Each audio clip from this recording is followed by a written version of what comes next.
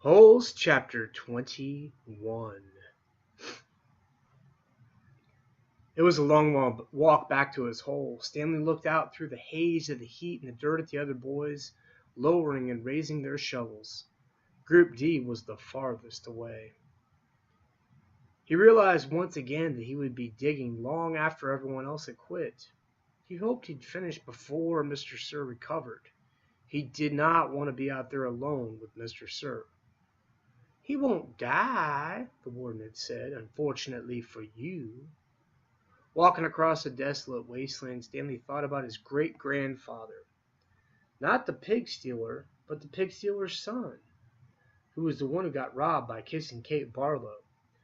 He tried to imagine how he must have felt after kissing Kate had left him stranded in the desert. It probably wasn't a whole lot different from the way he felt himself right now. Kate Barlow had left his great-grandfather to face the hot, arid desert. The warden had left Stanley to face Mr. Sir. Somehow, his great-grandfather had survived for 17 days before he was rescued by a couple of rattlesnake hunters. He was insane when they found him. When he was asked how he had lived so long, he said he found refuge on God's thumb. He spent nearly a month in the hospital. He ended up marrying one of the nurses. Nobody ever knew what he meant by God's thumb, including himself. Stanley heard a twitching sound. He stopped in mid-step with one foot in the air. A rattlesnake lay coiled beneath his foot. Its tail was pointed upward, rattling. Stanley backed his leg away, then turned and ran. The rattlesnake didn't chase after him. It had rattled its tail to warn him to stay away. "Thanks for the warning," Stanley whispered as his heart pounded. The rattlesnake could be a lot more dangerous if it didn't have a rattle. "Hey, K-Man!" called Armpit. "You're still alive!" "Yeah, what'd the warden say?" asked X-Ray. "Yeah, what'd you tell her, man?" asked Magnet. "I told her I stole a seed," said Stanley. "Oh, good going," said Magnet. "What'd she do?" asked Zigzag. Stanley shrugged one shoulder. "Nothing. She got mad at Mr. Sir for bothering her." He didn't feel like going into details. If he didn't talk about it, then maybe it didn't happen. He went over to his hole, and to his surprise, it was nearly finished. He stared at it, amazed. It didn't make sense. Or perhaps it did. He smiled. Since he had taken the blame for the sunflower seeds, he realized the other boys had dug his hole for him. "Hey, thanks," he said. "Don't look at me," said X-Ray.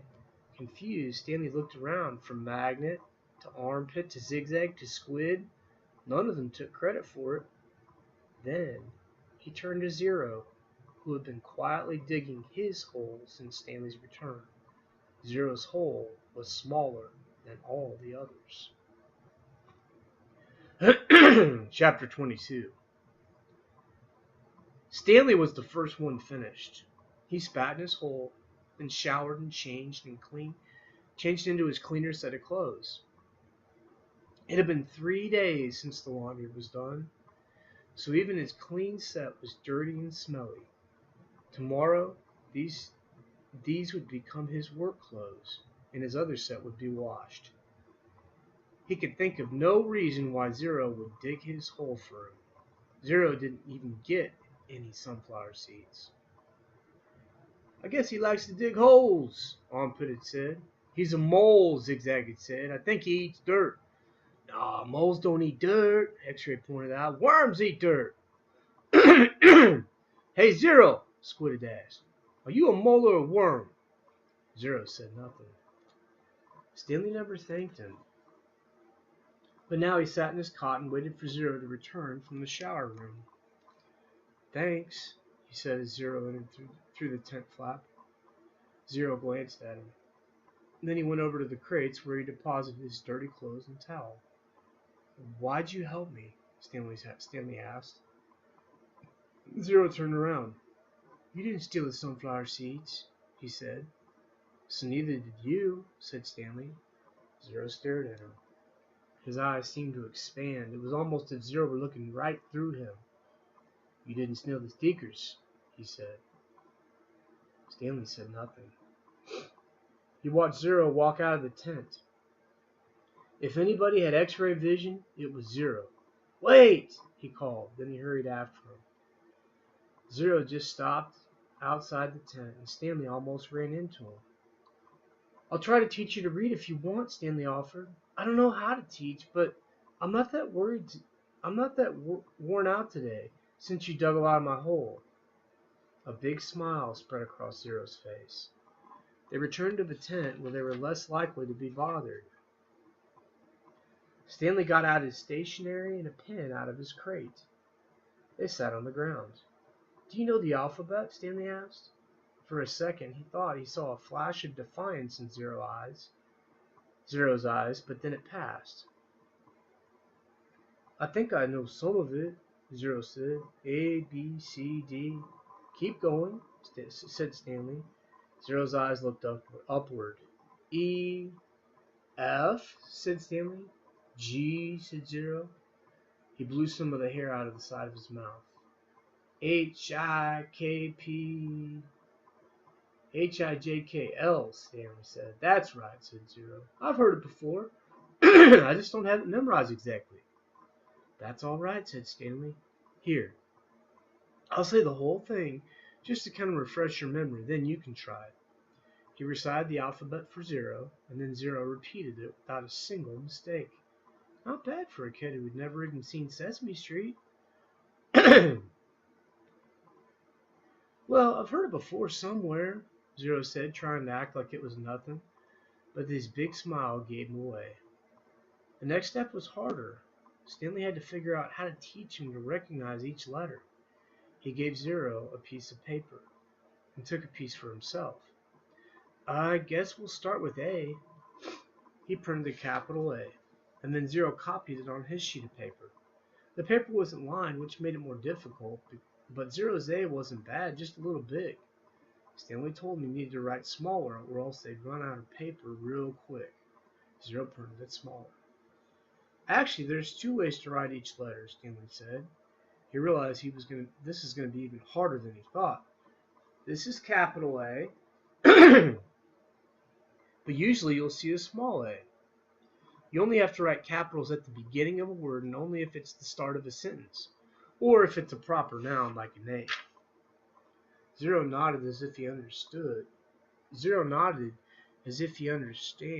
Understood, but Stanley knew he had made very little sense. He printed a lowercase a, and Zero copied it. So there are 52, said Zero. Stanley didn't know what he was talking about.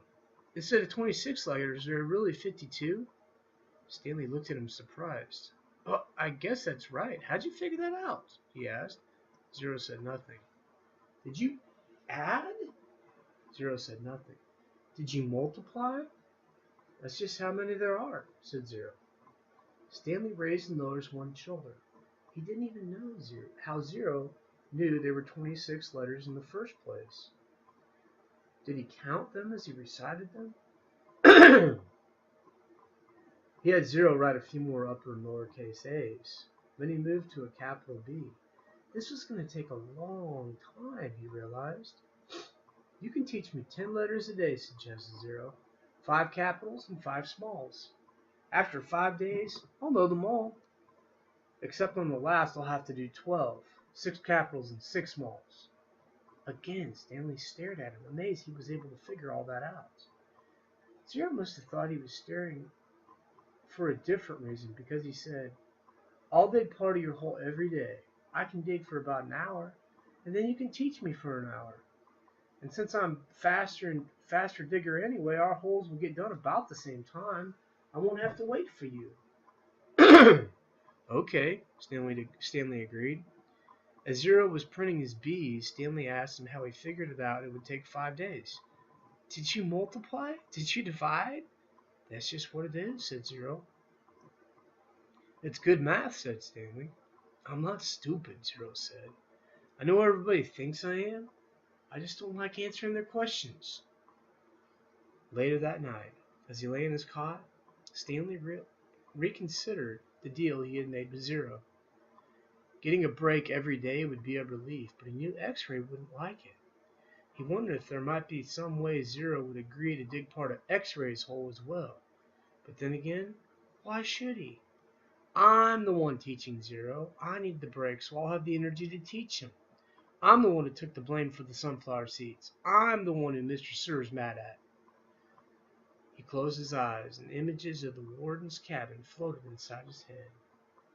Her red fingernails, Mr. Sir writhing on the floor, her flowered makeup kit. He opened his eyes. He suddenly realized where he'd seen the gold tube before. He'd seen it in his mother's bathroom. He'd seen it again in the warden's cabin. It was a half of a lipstick container. KB? KB? He felt a jolt of astonishment. His mouth slightly formed the name Kate Barlow, as he wondered if it really could have belonged to the kissing outlaw.